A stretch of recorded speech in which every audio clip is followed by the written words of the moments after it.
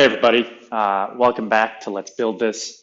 On today's episode, we have something a little special for you. I actually did this via video. So if you are not in the car and want to hop over to YouTube, look at Bradley James and you'll find the Let's Build This playlist on my channel, and you'll find all the drawings and stuff there. The other cool thing that I'm excited about is I finally did an intro. So check it out. Stay tuned.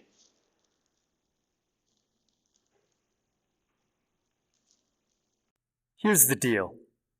If you're anything like me, you're probably the person who's been criticized for working too much and for putting your dreams first and hustling every chance you get. Let me guess. You've probably lost friends, family, and maybe more because of this. You got a dream, a vision for something greater than yourself that's been burning in the pit of your stomach. It pushes you forward because if you don't do it, who will? Sound like you? Then listen up. Let's dive in, learn as we go, and get stronger with each and every mistake. It's time to roll up your sleeves and get to work. Let's build this. And now a word from our sponsor, Anchor.fm. Here's the deal. If you haven't heard about Anchor, it's one of the easiest ways to create a podcast. Let me start. In my first episode ever, I talked about fear. And fear comes from a lot of places, one of them being able to access technology. But Anchor FM is free. It's a creation tool that allows you to record and edit your podcast right from your phone or computer.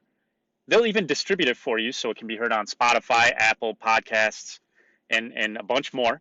And guess what? The coolest thing is they even connect you with sponsors if you want at no minimum listenership. It's everything you need to make a podcast in one place. So here's the deal. Download the free Anchor app or go to anchor.fm to get started. Again, go to anchor.fm to get started or search in your app library for anchor.fm. All right, as I said in the intro, we are going to try something new today. So we'll see how this works. Again, if you missed the intro, I'm running this live. So I'm going to talk through some of our pieces and our processes and the details. So you'll get essentially like a sketch of a form we fill out when we're creating avatars. Because today I'm going to talk about all the details we collect to build out our avatar. So let's build this. All right. So customer avatar worksheet. Typically, we'll start with a company name and or product, service, whatever you want to call it. And we'll always do that because if our product or service doesn't match with what we're trying to sell or the avatar, this is our reminder the whole time. These videos will be available for you, and as well as I'll make sure I take a screenshot of this and upload it to the show notes page when that's all ready and good to go. Okay. All right. So as always, we always put like the demographic info right in the middle because it reminds us of these things. And then we end up having a bunch of different sections that we talk to. So one, and if you can't read this, I'm going to make sure, again, I'll make sure to take a picture for you guys later on.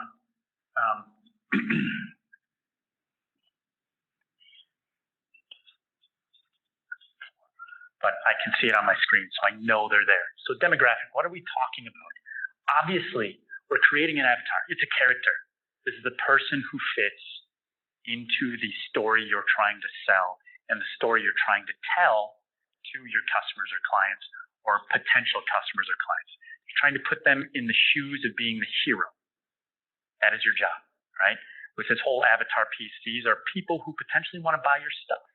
So if you were writing a movie and your solutions or services were the vehicle in which they get there, you want them to feel like they're using it to get there, right? That's the goal. All right. So obviously we do things like name, we do gender, right? Basic stuff, age. Other things you might want to do is, they're married, not married, whatever, partnered, single, not necessarily single, details, right? The more detailed you can be with this stuff, the better. the end of it, you're going to have a whole narrative. This is how I start. And then when I'm done with avatars, I end up having like a 5-page, at least minimum 5-page story of who that person is that fits inside of the customer value journey. In each of the steps along the way, what they're going to go through, this person. Okay. We'll also do things like, their job and education, all that good stuff. Think demographics. Typical stuff we think of. Always starting there, right? All right. So then what we do is we take and we'll build them a headline, right? We're going to go, hey, based on this, our product or service, give them a headline.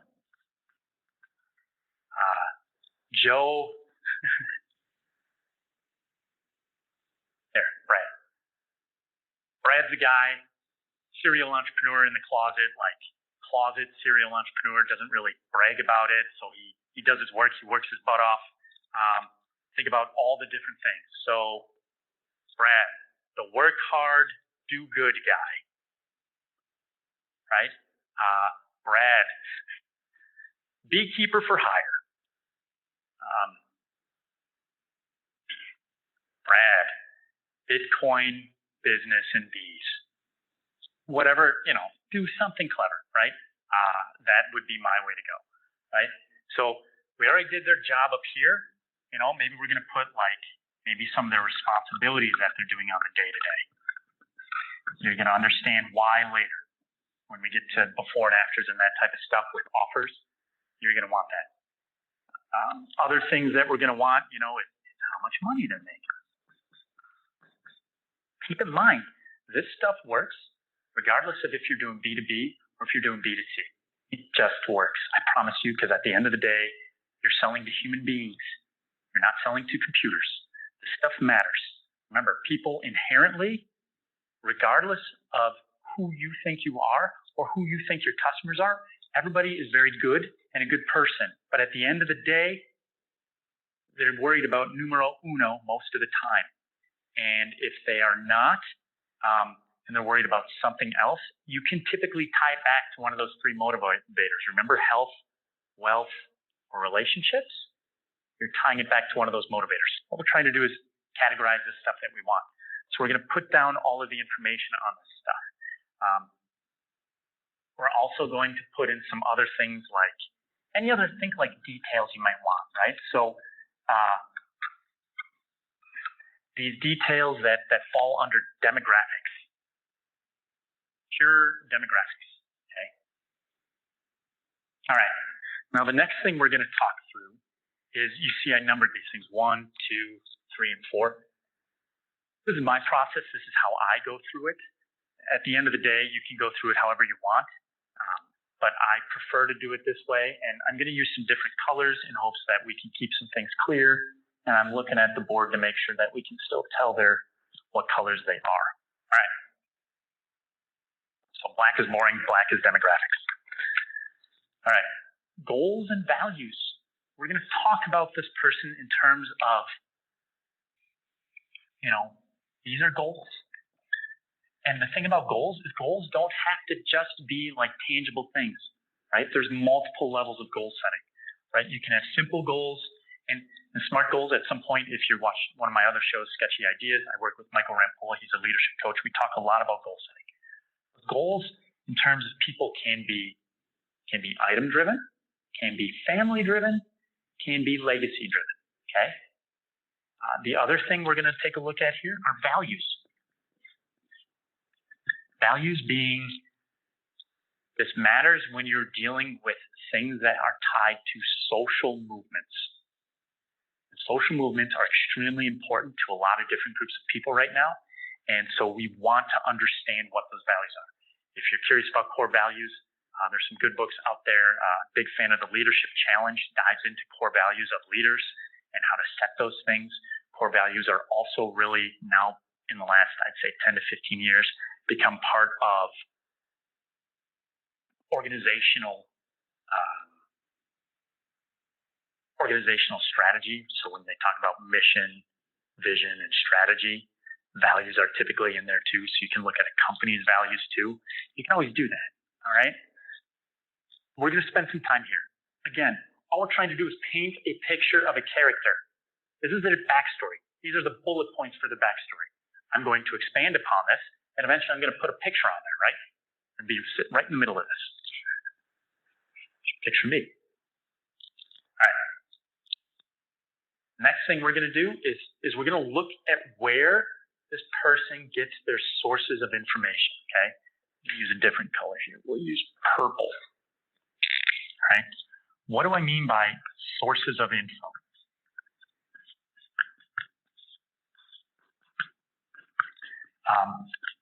It means a lot of different things, okay? I'm going to look at what TV do they watch? Do they read books? If so, which books? News. Where do they get their news? Right? That's important because it's going to help us also shape, hey, what are their values? Typically, that's why these are on the left side. These line up, okay? Other things we're going to look at, are they going to conferences or trade shows, right? To do stuff. Are they following people, right? Following somebody who's an influencer in that market. All of those things matter, and all of those things are important to how they're building out what they believe in and where they're going to go for buying things, shaping things. This whole piece becomes huge for us to define where we're going to go and get our traffic sources later on when we're actively marketing and selling, okay? Both earned and paid traffic, right? This becomes the core of, you hear some people like Russell Brunson, Stephen Larson, I'm sorry, I'm drawing a blank. There's a whole bunch of people that talk about this thing called the Dream 100. These tools that they're using stem from knowing this information, okay? Platforms, right? Maybe they're only on certain platforms, right? And what I mean by that is social media, right? All right, cool. So we're good there. Again, I'm trying to keep this concise because I want you to be able to think through this and not necessarily have to execute it right on your own, right? So the next thing we're going to talk about is we begin to get into, we've figured out like this is the backstory, right? This is who they are physically. This is who they are like spiritually and drive. This is how they've learned it and where they go to reinforce that stuff. Now we've got goals and values. Now we're going to deal with challenges and pain points over here. And what do I mean by that? Can't spell. All right. Now this is very much you're getting into their head. You're trying to get into their head and how it pertains to your product, your brand, or any services you're trying to offer them. Okay? These pain points really lead you to things like, okay, I'm working at a job, but everything I do has to be a manual form entry. Lo and behold, now there's all these database tools that people can drop in information here, and all of a sudden it transfers over to the other form here, right? That's a pain point because now I'm spending my whole day doing that, or I'm spending my time going back to correct that stuff. It's an example. Other challenges, you're like, hey, we sell, for example, we do a lot of marketing, training, and coaching, okay? One of the challenges that we face is we deal with a lot of legacy marketing individuals, and those legacy marketing individuals know of standard traditional marketing practices. Digital marketing to them is a fairly new thing that we work on. So we work with them on trying to train that, okay? Challenges, pain points. Make sense? And we outline, somewhere between, we try to do, I think 5 challenges that are specific, because this too leads to your before and after when we talk about that in offer building, okay? And building the story and the hook and everything. And, pain points, right? Pain points specifically could be personal pain points, could be non-direct pain points, right? So when we think about it, it's a pain point for me, or it's an indirect pain point for somebody else. And the last place that we're going to really build out and we think about it is we start thinking about objections. Now, objections can be to your products or service, but typically, when we're thinking about objections, you gotta take it a step deeper and go, hey, they're thinking about these challenges and they're probably already thinking about solutions if they're thinking about it. Think about it. When you are trying to accomplish something and you have a pain point, you just don't sit there and wallow in the pain. You go, how am I going to fix this? And then as you're sitting there wallowing in the pain going, how am I going to fix this? You come up with solution one and you go, well, that's not going to work. You come up with solution two and you're like, well, that might work, but I don't have this thing.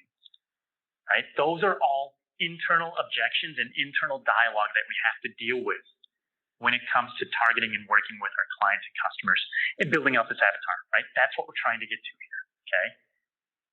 So specifically think about that. Now, the last part that we're going to talk about is their role.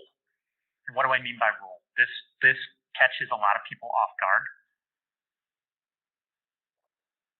No matter what purchase that person is making, whether it's for business, whether it's for their home and personal use, there's typically a role they are playing in the buying process. Now, think of it this way. I'm not married, but I do understand that in marriages, you have somebody who's going to make the purchase, but you have somebody else who's going to give input on the purchase. Same thing, right? In a business, if I'm searching for a solution, I'm probably going to bounce it off of other people too. And especially in businesses, we tend to have multiple layers of it, right? You have a decision maker. You have probably an admin who's doing gatekeeping, especially if you're filling out RFPs or filling out applications, right? A lot of government contracts work this way. They're going to check all the boxes. So you have to write to that person or sell to that person or market to that person. You probably have a technical expert who's thinking about all the technical details because you're selling a solution and they have to be the one to implement it. And then you might have some other people mixed in there who have a variety of roles. Maybe you have somebody who's marketing or PR who's going, well, if we use this thing, how's this going to look? Right? You have inputs. So you want to define that person's role in the purchasing process. Okay. These are the details and the bullet points of what we use when we're talking about customer avatars. And it doesn't matter if you're an early stage business or a startup or a small business. Do these things. Do them. I promise you. It helps. And it helps even more because guess what? You can paint a much better picture the more data you have. If you have more information, and I'm talking to the bigger businesses, if you have more information, guess what? This picture that you're painting, this persona, this archetype, has way more detail because you should know it if you are using tools to track it. Period. There's so many like CRMs out there that people are not leveraging the information or sales teams aren't putting in the information. Therefore, marketing and sales don't get along because marketing's like, hey, we've got this tool, but the sales team's not putting their stuff in. And the sales team's like, hey, great, I put in all this data, but the marketing team's not using it. See my point?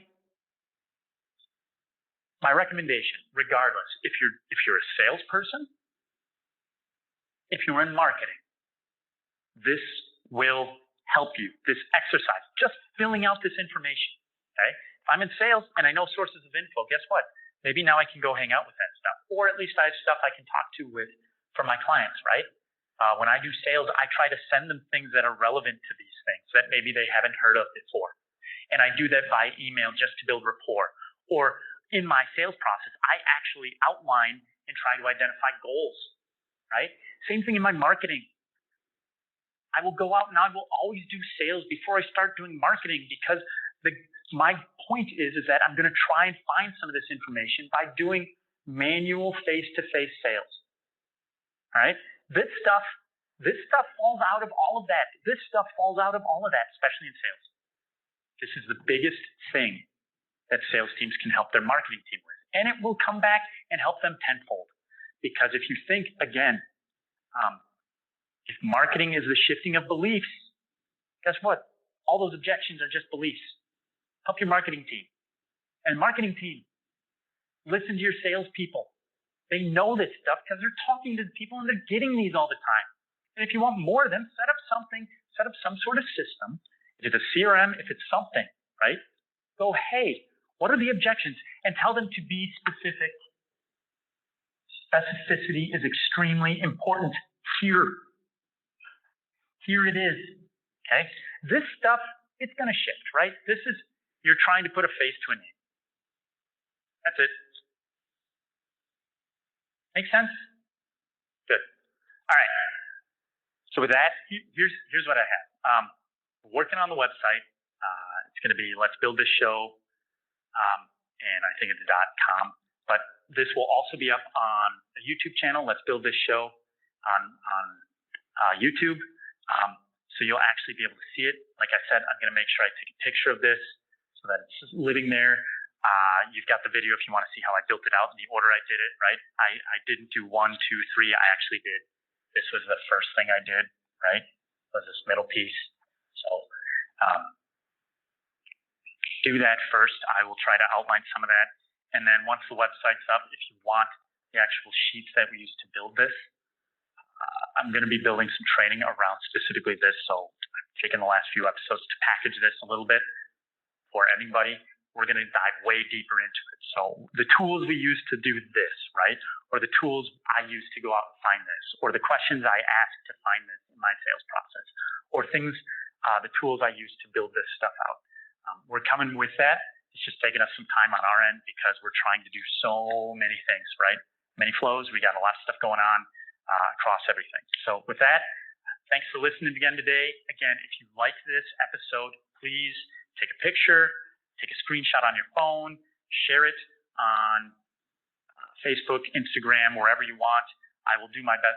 Tag me in it or tag the show in it. Hashtag Let's Build This Show, and we'll get it out there, and I will do my best.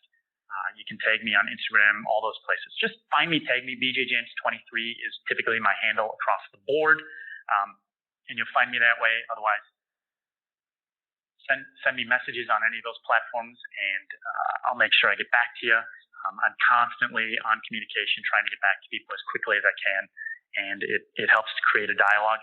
And the other thing is it will help me figure out what you guys want to learn about in the future. So with that, remember the next time we're going to be diving into how we use this stuff to craft really good offers, and it's going to be quick. We're going to do quick hits through that because at the end of the day, one thing we are learning is that speed, getting stuff out the door, is extremely important. I find that when I overthink this stuff is when we actually hit a bunch of roadblocks. So with that, again, thanks for listening. Take a screenshot, share it with your friends if you liked it. If you have questions, ping me. Otherwise, we'll see you next time on Let's Build This.